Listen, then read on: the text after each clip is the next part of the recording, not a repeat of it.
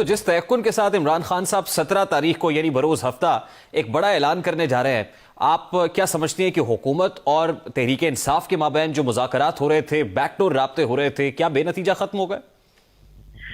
جی اس سے لگتا تو یہی ہے، لیکن عمران خان صاحب پریشر استعمال کر رہے ہیں اور وہ کرتے رہیں گے۔ اب 17 کو انہوں نے اعلان کرنا ہے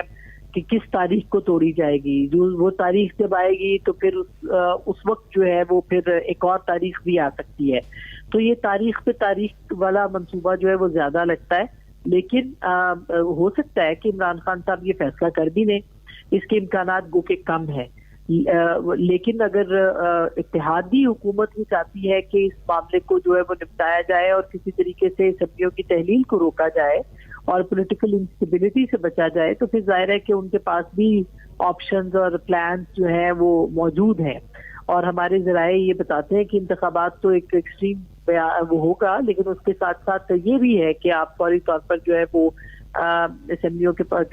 عدالتوں کے پاس چلے جائیں اور آپ کہیں کہ پہلے والا معاملہ جو ہے وہ پڑا ہوا تھا، اور بھی بہت سارے آپشن جو ہے وہ اتحادی حکومت استعمال کر سکتی ہے۔ مگر اصل بات یہ کہ عمران خان صاحب نے اگر یہ فیصلہ کر لیا اور اعلان کر دیا تحلیل کرنے کا، اور